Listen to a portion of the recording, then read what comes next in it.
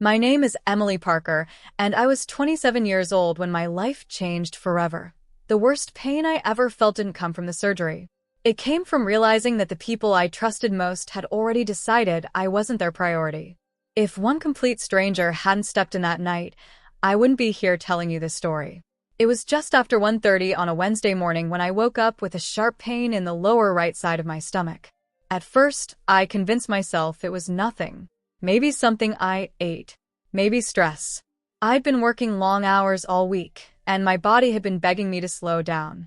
I got out of bed and walked to the kitchen for a glass of water. Halfway there, the pain doubled. I grabbed the edge of the counter to keep myself from falling.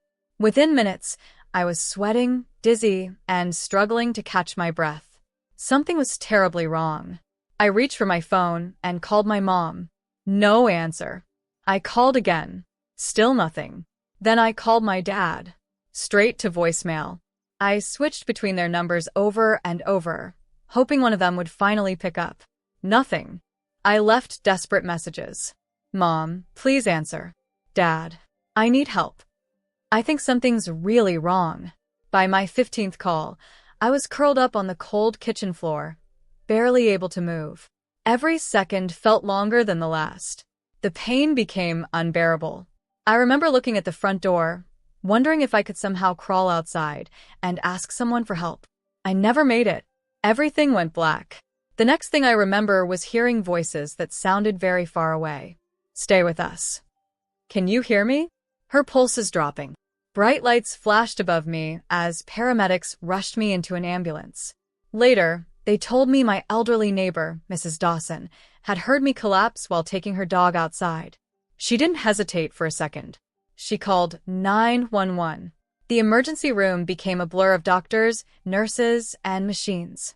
Someone mentioned a ruptured appendix. Someone else shouted for surgery. Then everything disappeared again. When I finally opened my eyes, my throat was dry, every muscle ached, and I could hear the steady beeping of a heart monitor beside me.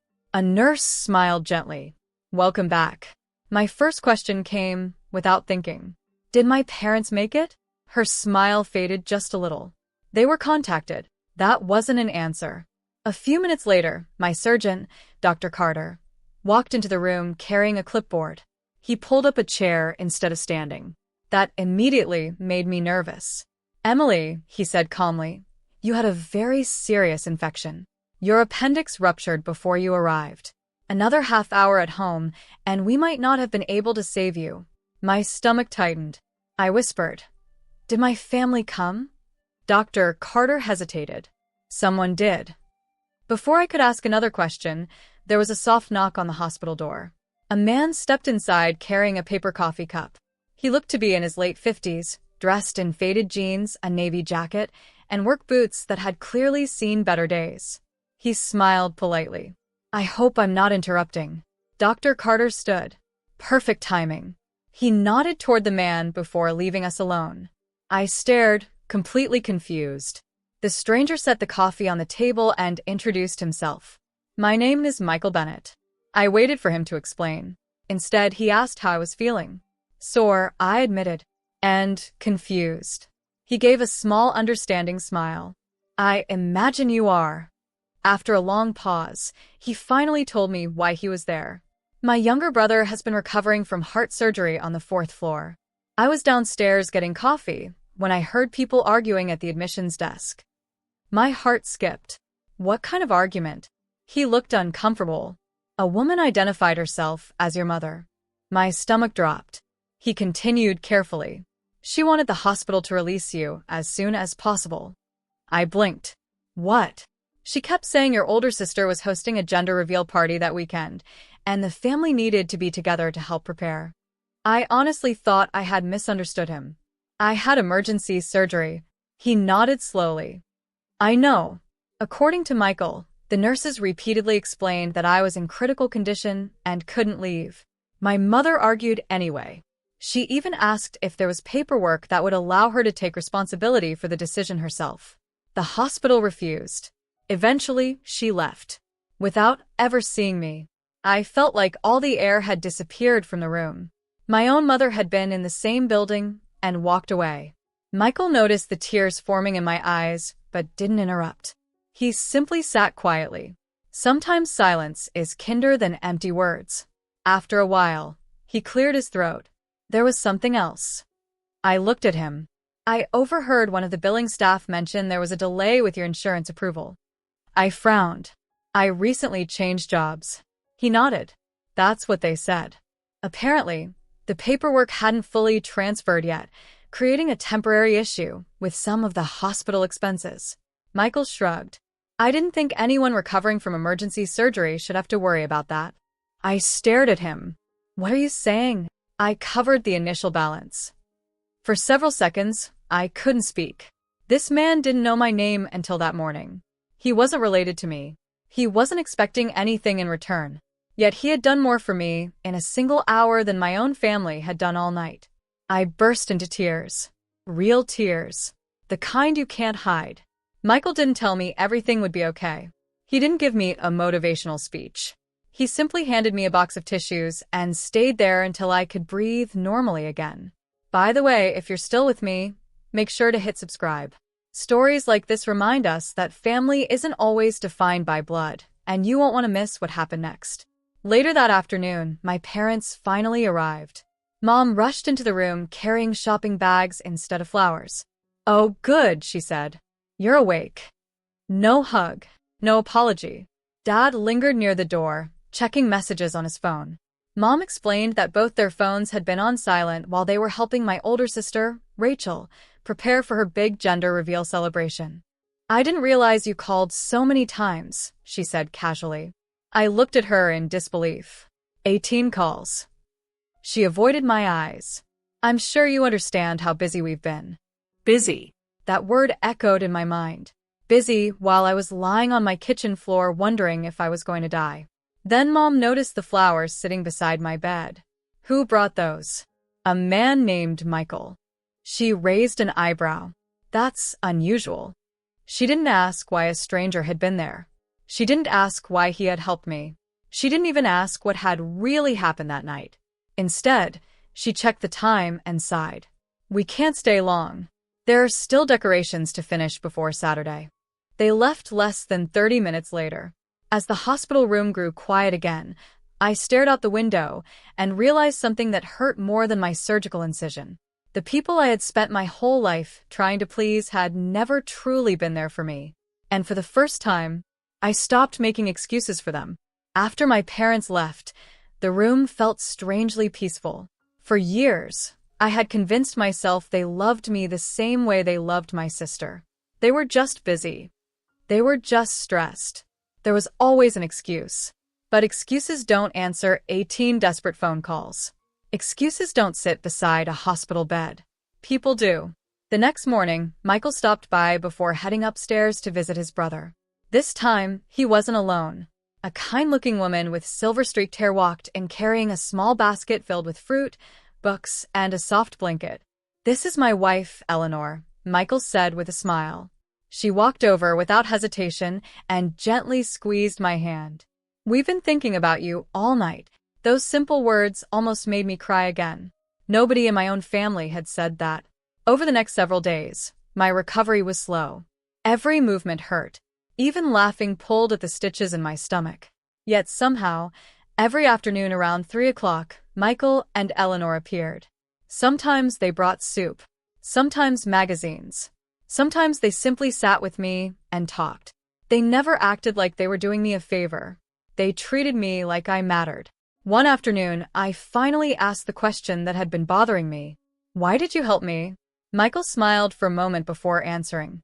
"When I was 19, I lost my younger sister." I looked at him quietly. She had an asthma attack while she was home alone. The neighbors heard her before our family did. His voice became softer. "I've spent 30 years wishing someone had reached her sooner." The room fell silent. "I couldn't change what happened to her," he continued. "But maybe I could make sure someone else's story ended differently." I couldn't find the words. All I managed was a whispered, "Thank you." He simply nodded. "You don't owe me anything, Emily." A week later, I was finally discharged. The hospital social worker handed me a folder with my paperwork. Before leaving, she quietly said something that surprised me. I also wanted you to know that Mr. Bennett filed a formal report with our patient advocacy office after witnessing the situation involving your mother. I blinked. He did. She nodded. He was concerned someone might try to interfere with your medical care again. Michael had never mentioned it. He hadn't been looking for praise. He had simply wanted to make sure I was protected. That spoke louder than any speech ever could. When I arrived back at my apartment, everything looked exactly the same. The dishes were still in the sink. My shoes were still by the door. But something inside me had changed forever. Recovery gave me plenty of time to think. I replayed my childhood over and over. Every school play my parents skipped because Rachel had another activity. Every birthday they shortened because my sister needed attention. Every achievement that somehow became less important than whatever was happening in her life. For years, I had mistaken neglect for normal. Now I couldn't ignore it anymore. 2 weeks after my surgery, my parents invited me to Sunday dinner. Part of me wanted to believe things would finally be different. They weren't. Almost the entire evening revolved around Rachel's pregnancy. The nursery, the baby names, the gifts, the guest list. No one asked how my recovery was going. Not once. Finally, my mother looked at me. "Oh, Emily, you're feeling better now, right?" I smiled politely. "Much better." "Good," she replied. "We knew you'd bounce back." That sentence hit me harder than she realized. They hadn't worried because they had simply assumed I'd survive. Not because they cared, because they expected me to. When dinner ended, Dad handed me several boxes. "Can you take these to Rachel's house tomorrow?" I looked at the stack. Diapers, baby clothes, decorations. Normally I would have said yes without thinking. This time, I shook my head. "I'm sorry. I can't." Both of them stared. "What do you mean?" Mom asked. "I mean, I'm done putting everyone else's needs before mine." The room became painfully quiet. Dad frowned. "Don't be dramatic." "I'm not being dramatic." I looked directly at both of them. "When I called 18 times because I thought I was dying, neither of you answered." Mom immediately became defensive. "We already explained that." "No," I said calmly. "You explained why answering wasn't convenient." Nobody spoke. "I almost died," I continued. "My neighbor called the ambulance. A stranger stayed beside me. Another stranger helped pay my medical expenses. You were both less than 30 minutes away, and you still didn't come." My father's expression hardened. "So, you're going to hold this over us forever?" I stood up slowly. "No." I picked at my purse. "I'm simply accepting the truth." "And what's that supposed to mean?" Mom whispered. "It means I finally understand who has been showing up for me and who hasn't." I walked toward the front door. No one tried to stop me. That told me everything I needed to know. Over the following months, I focused on healing. Not just physically. Emotionally. I started therapy. I spent weekends hiking instead of chasing my family's approval.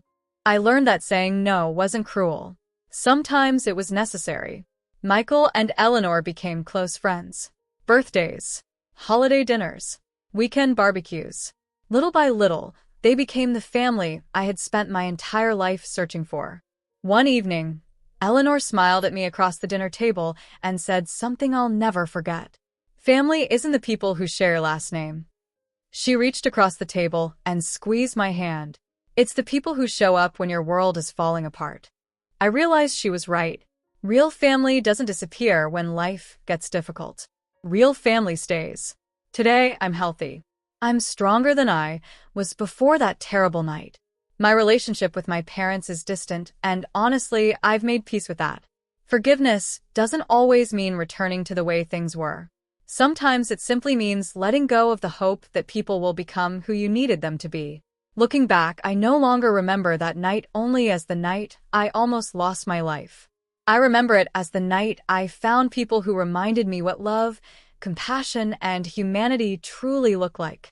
And maybe that's the greatest gift I could have received. So now I want to ask you something.